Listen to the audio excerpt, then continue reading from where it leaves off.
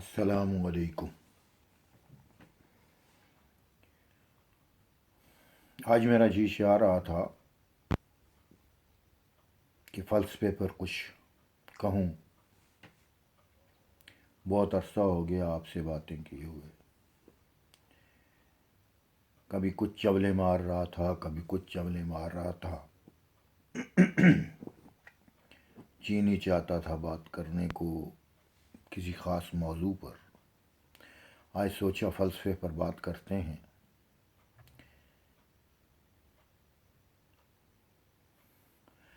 اکبر لغاری صاحب کہتے ہیں کہ فلسفہ بے چین کرتا ہے، بے قرار کرتا ہے، متحیر کرتا ہے، متحرک کرتا ہے، محرک بنتا ہے، مضطرب کرتا ہے، لیکن مسرت بھی تو بے انتہا بخشتا ہے۔ یہ فلسفے کے بارے میں کہہ رہے ہیں۔ کہتے ہیں کائنات کے راز افشا کرنے کے ساتھ ساتھ خودی کے بھی پردے تو اٹھاتا ہے۔ جمالیات، سیاسیات، اخلاقیات ہوئے، علمیات ہوئے، عمرانیات ہوئے، جدلیات ہوئے، فلسفہ ہمیں کس کس چیز سے روشناس نہیں کرواتا۔ لیکن فلسفہ ہے کیا؟ کہتے ہیں یہ وہ سوال ہے جو ہر پڑھا لکھا شخص جاننے کی سعی کرتا ہے، کوشش کرتا ہے، پوچھتا ضرور ہے، جانتے ہوئے بھی، بوجھتے ہوئے بھی پوچھتا ضرور ہے کہ فلسفہ ہے کیا؟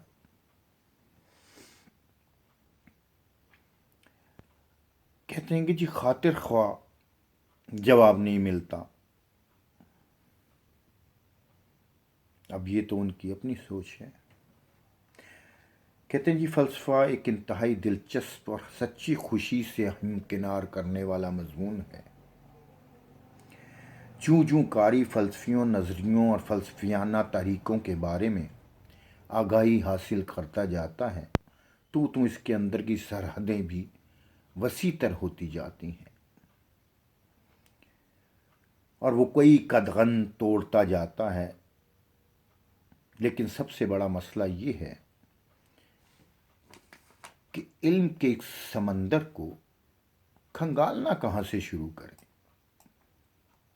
یعنی کہ فلسفہ آیا کہاں سے؟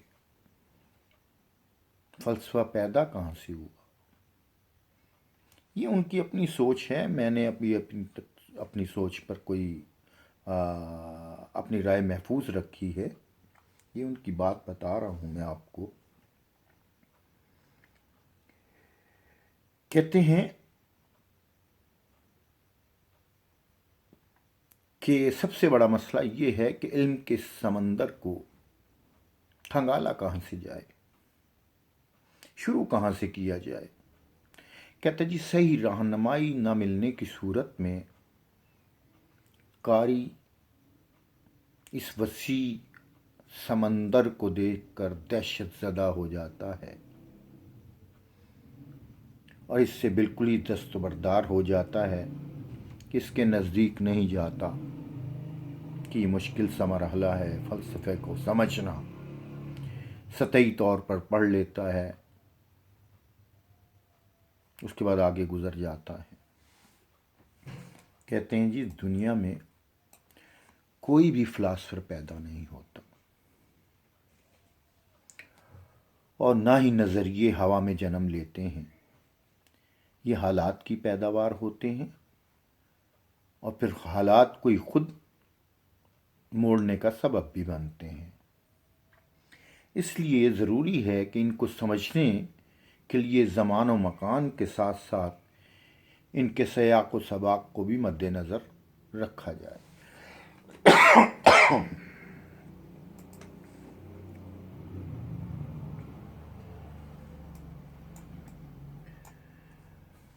آگے فرماتے ہیں جی، کہتے ہیں لہٰذا میری نظر میں فلسفے کو سمجھنے کے لیے فلسفے کی تاریخ کو پڑھنا انتہائی ناگزیر ہے۔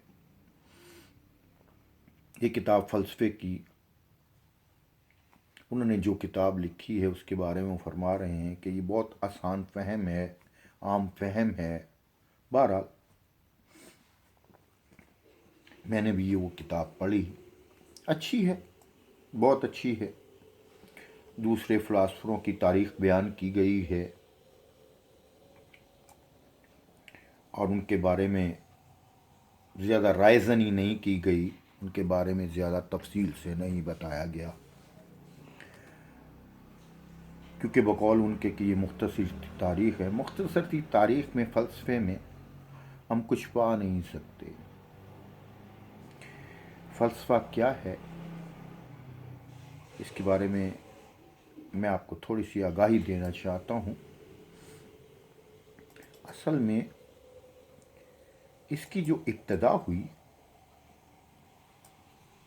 مغربی فلسفے پہ ہم اگر نظر ڈالیں تو اس کی ابتدا اگر دیکھی جائے، کہتے ہیں کہ جی دنیا جو آج دکھائی دیتی ہے یہ 26,000 سال قبل ایسی نہ تھی۔ سائنس اور عقل کا دور دور تک نشان نہ تھا، یعنی کہ تب ایجادات وجود میں نہیں آئی تھیں، لوگوں میں سمجھنے کی، سوچنے کی صلاحیت اتنی نہ تھی۔ حالانکہ یہ غلط سی بات ہے، بہرحال ان کی اپنی ایک رائے ہے۔ جیسے تاریخ دانوں کی اپنی ایک تاریخ ہوتی ہے، اس طرح لکھنے والوں کی اپنی ایک رائے ہوتی ہے، وہ اپنی سمجھ بوجھ کے ساتھ لکھتے ہیں،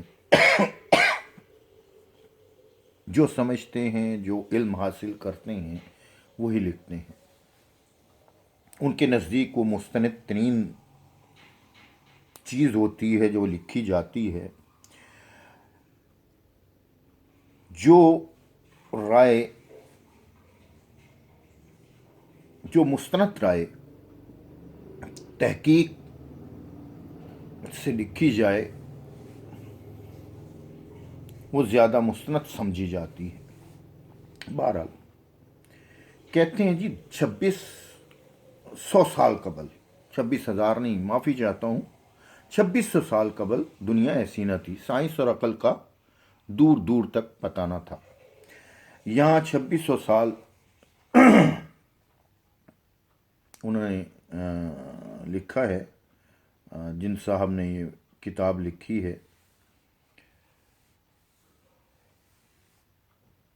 کہتے جی 4 اطراف دیو مالائیں تھیں، اوالی مذہب تھے، دیوتاؤں کی پوجا ہوتی تھی اور پجاریوں کے عیش تھے۔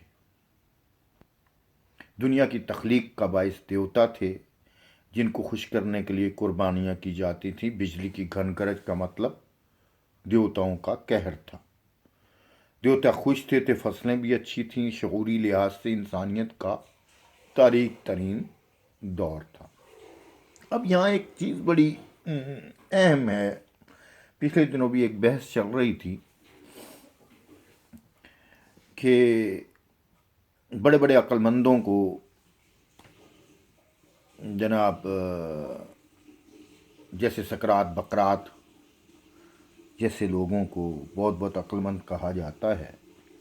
میرے خیال میں آج اگر ہم آج کل کا عام انسان راہ چلتا ہوا دیکھیں تو ان سے زیادہ عقل مند ہے، ان سے زیادہ فلاسفر ہے، ان سے زیادہ علم جاننے والا ہے۔